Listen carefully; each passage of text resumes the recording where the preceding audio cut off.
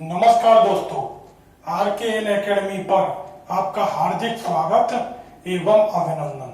दोस्तों, कल हमने मध्य जो पुरापाषाण काल था उसके उपकरणों के बारे में पढ़ा, उसकी विशेषताओं के बारे में पढ़ा। अब जो मध्य पुरापाषाण काल है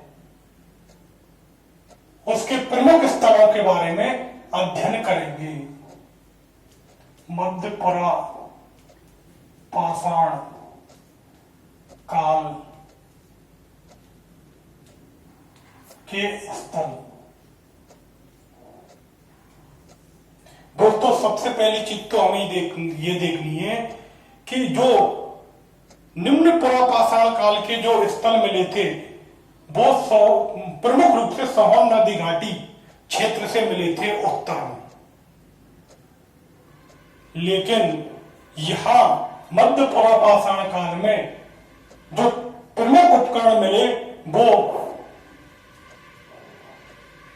प्रायद्वीपीय भारत व राजस्थान से मिले,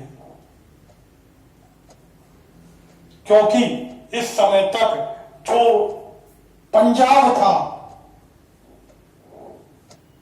यानी उत्तर पश्चिमी जो क्षेत्र था वहां क्या है, कच्चे माल की कमी आ गई थी और औजार बनाने के लिए, उपकरण बनाने के लिए कच्चे माल की आवश्यकता थी। इसके अलावा खाद्य सामग्री की कमी आ गई थी।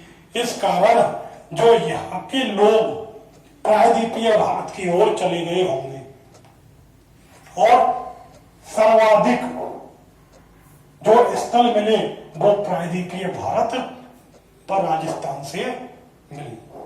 अब वो कौन कौन से थे?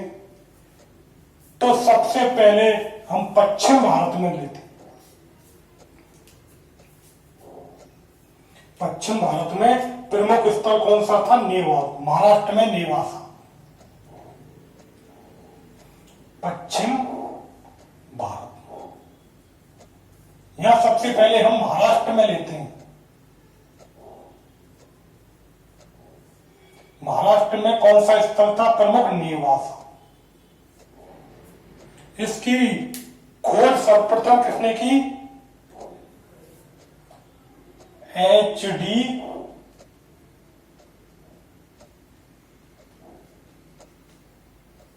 सांकलिया ने की और यहां से मध्य पुरापाषाण कालीन औजार खोज निकाले। नेवासा को मध्य पुरापाषाण काल का प्रारूप स्थल भी कहते हैं। यह प्रमुख स्थल था और इसे क्या कहते हैं? मध्य पुरापाषाण काल का प्रारूप स्थल भी कहा जाता है।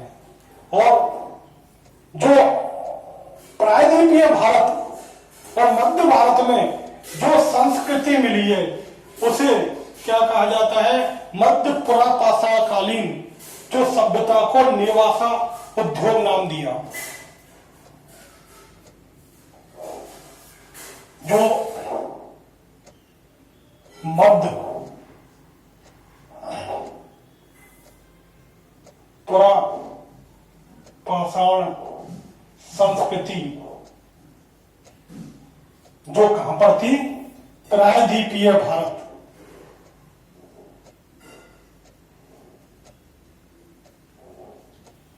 मध्य भारत, प्रायद्वीपीय भारत व मध्य भारत में जो मध्य पुरापाषाण कालीन संस्कृति थी उसे क्या नाम दिया गया? नेवासा उद्योग। जो यहां पर जो संस्कृति मिली उसे नेवासा उद्योग कहा गया, प्रायद्वीपीय भारत व मध्य भारत। इसके अलावा दोस्तों, पटने चिकरी नामक स्थान पर भी क्या मिले? उपकरण मिले।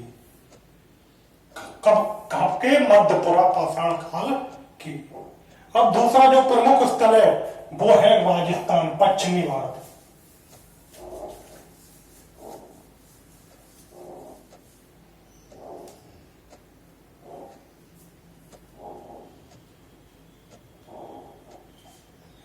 राजस्थान में कौन कौन से स्थल हैं?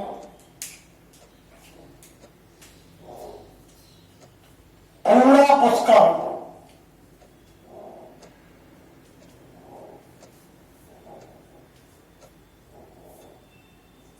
अजमेर में।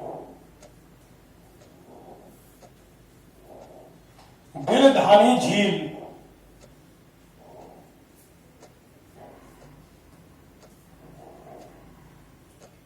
औकरा झील, थार का मरुस्थल।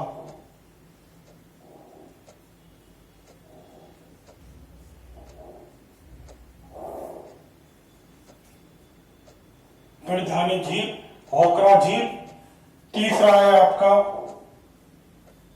जैसलमेर,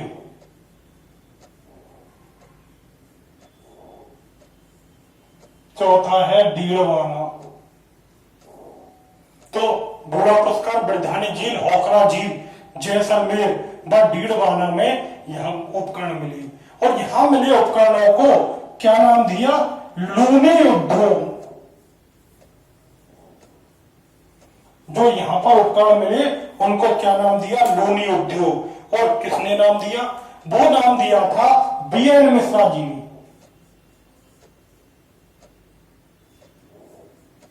बीएन मिश्रा जी ने क्या नाम दिया?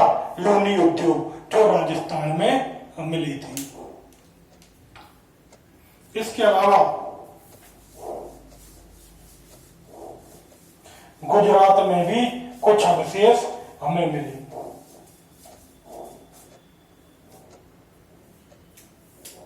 गुजरात में कहां मिले?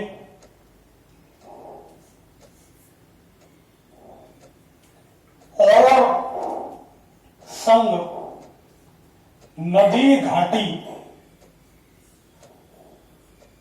में भंडारपुर में, और संग नदी घाटी में धंदलपुर में कुछ अवशेष मिले। इसके अलावा पूर्वी राजस्थान में, वो पूर्वी भारत में कहां कहां पर मिले?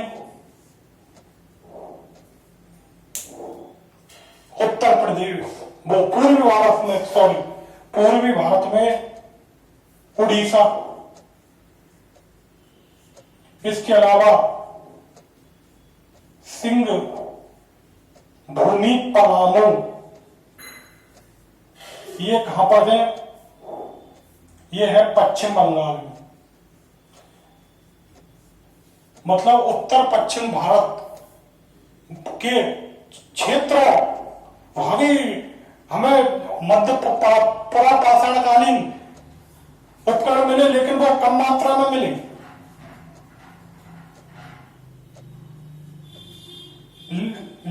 इसके अलावा जो निम्न पुरापाषाणकालीन स्थलों से जो उपकरण मिले वो तो लगभग उनसे मिले ही थे।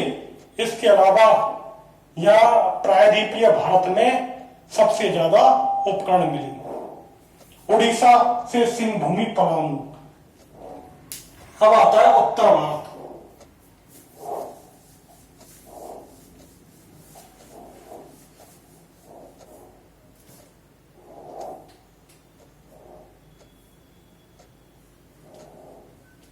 उत्तर भारत में कहां कहां मिले? पोतवार का पठार, पोतवार के पठार से मिले। दूसरा, पाकिस्तान की जो सीमा है वहां शंगाओं की गुफाओं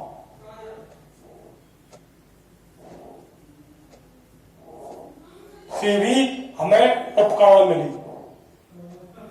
अब और कौन से स्थल है उत्तर भारत के में? तीसरा है बेलन घाटी।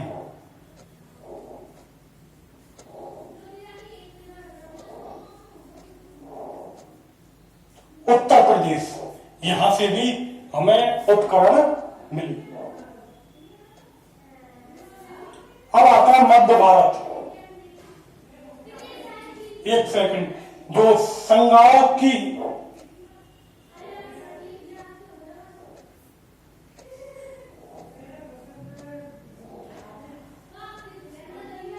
गुफाओं की जो उपकरण जो प्राप्त हुए वो अहमद हसन दानी को प्राप्त हुए।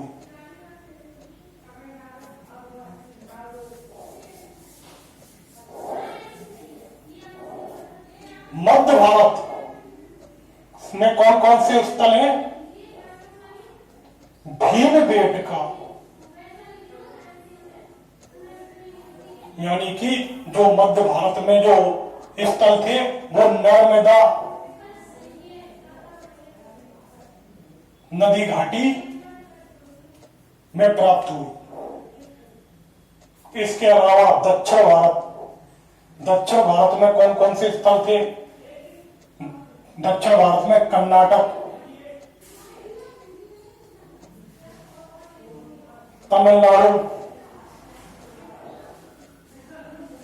आंध्र प्रदेश।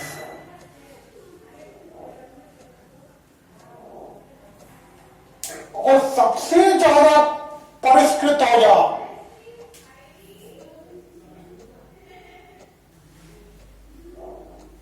मध्य पाषाण काल के सबसे परिष्कृत उपकरण महाराष्ट्र, कर्नाटक व गुजरात से मिले। क्योंकि दोस्तों मैंने पहले बता दिया था कि यहाँ के जो प्रमुख स्थल हैं वो प्रायद्वीपीय भारत से प्राप्त होते हैं और सबसे परिष्कृत उपकरण भी यहीं से प्राप्त होते हैं। तो दोस्तों हमने मध्य पाषाण काल के स्थलों के बारे में अध्ययन किया। नमस्कार दोस्तों।